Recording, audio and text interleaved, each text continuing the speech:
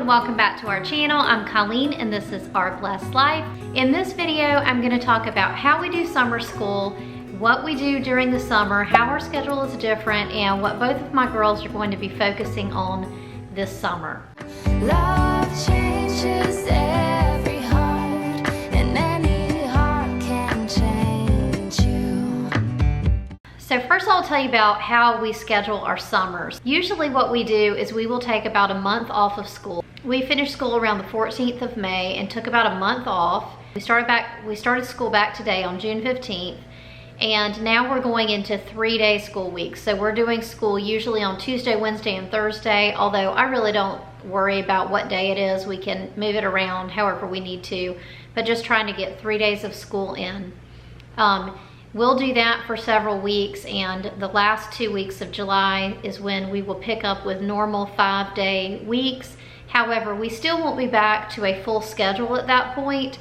We won't be doing all of our subjects. We'll just still be kind of on a summer schedule. So Katie will be doing Abeka Economics this summer. It's a 1-semester class, 12th grade level, and she's going to be doing 2 lessons a day. I think it will take her roughly about 2 to 2.5 hours, no more than 3 hours depending on what the assignment is. And she is going to be doing an investment project along with that. And so I have her just scheduled to only be doing that on the days that we do school. Sophie is going to be doing, her school's going to look a little bit more like normal and a little bit less like a summer schedule because she's still going to be doing her basics. She's going to be doing her math, her language arts, and I'm going to be adding in a special science for the summer. We're not going to pick up history until we start our kind of more regular schedule, which we usually do at the beginning of August. So go ahead and show you what Sophie's going to be using for her summer learning. And I just want to thank the Good and the Beautiful for providing the 2 things that we're doing for some special things for Sophie's summer learning. So the first thing that we're going to do is the flower study by the Good and the Beautiful.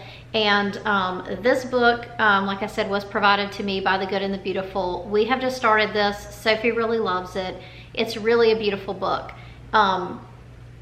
And so what we're doing is just a couple of pages every day, and I'll show you what it looks like.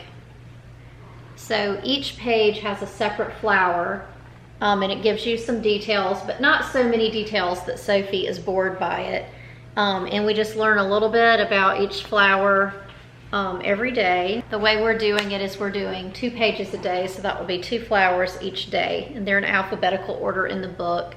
I'll put a link to this in the description box below, as well as a link to their summer learning page. This also came with a game. It's a flower game, and it's also pretty neat. It's got all these different flowers, and you're just trying to match the colors, but it's got really beautiful pictures. So the idea is that you just get a little bit more familiar with what the flowers look like. This is something that both of my girls have always been interested in, flowers, and both of them have been. I remember when Katie was about the same age, she would ask me to stop by at nurseries on the way home so she could look at flowers.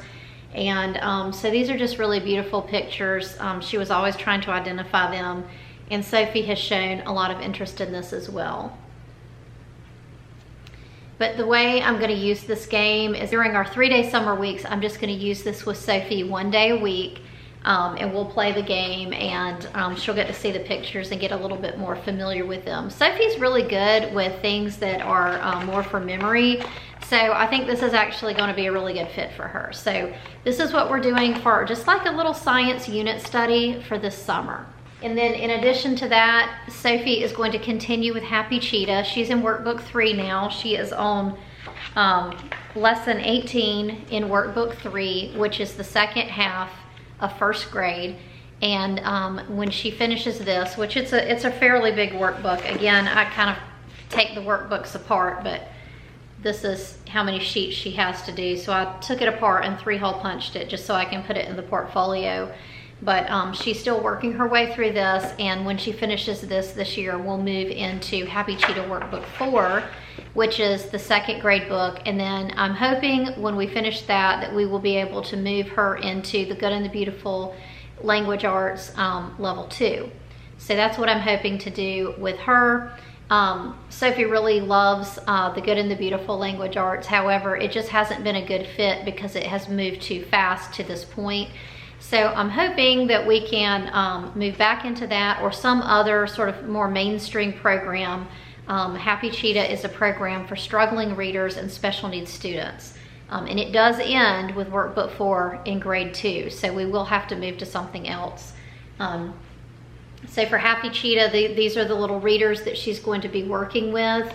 And in order to stretch her, I'm also going to be using some of the Good and the Beautiful readers.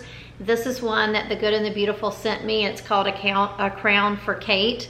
And so what I'm doing with these to just kind of beef up her reading level a little bit, this is a level 1B, which I would say this is a little bit above, like Sophie is in what Happy Cheetah considers to be the 2nd half of 2nd grade or the 2nd half of 1st grade, which I assume that's what 1B means. However, this is a little bit above Sophie's reading level. So I think that's okay, and I'm using this to kind of stretch her. So what I'm doing is I will read the book to her, kind of like all in one sitting or split in half, and then what I'm doing is I'm having Sophie read to me just a few pages a day, because this is a little bit intimidating to her to see all these words. So for instance, today we just read page 1, 2, and 3, and she's actually doing really well. If she doesn't know a word, I tell her the word or help her sound it out. So I feel like this is going really well, and this was a really sweet book. So again, this was another one that the Good and the Beautiful provided to us. And so we would like to thank them for the 2 things that they provided for us. And like I said, I'll link these in the description box below, as well as their summer learning program, which I'm gonna go ahead and show you that, where you can get some free books. Okay, this is the Good and the Beautiful Storytime website. They have free books that you can listen to for ages 5 through 8 or ages 2 through 5. These are some of the books they have. And you click on them and it reads the book to you.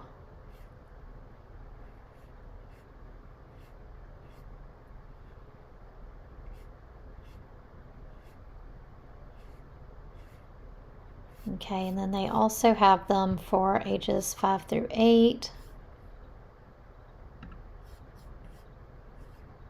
And when you click on it, it plays it for you.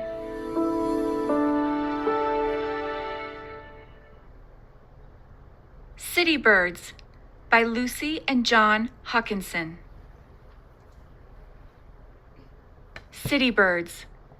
Birds live all around us in the city. They live on rooftops or in chimneys. They live under the eaves or in the trees. Some birds live in the city all year. Offering a summer reading program this year, and I will leave a link to this in the description box below if you want to come back and look at this. But this is the details of how the program works. You're going to download the free pack. You're going to download the free Good and the Beautiful book list, and then you can either purchase those at thegoodandthebeautiful.com, or you can go get them for free at your library. And after reading 5 books and complete the chart, your child can open up a prize if you have a physical package, or if you're using the free PDF download, you can come up with your own prize for your child, like camp out in the backyard, an ice cream party, or any other special prize that you choose. So I'll leave a link for this in the description box below, as well as the summer learning website. We are continuing Sophie's level 1 or grade 1 arithmetic from Rod and Staff. She made it through to lesson 135 in the last school year, which I think was amazing because she had started the year with a different curriculum and had actually gotten pretty far in that curriculum before we switched. So this summer we will finish this book and then we'll move to grade 2.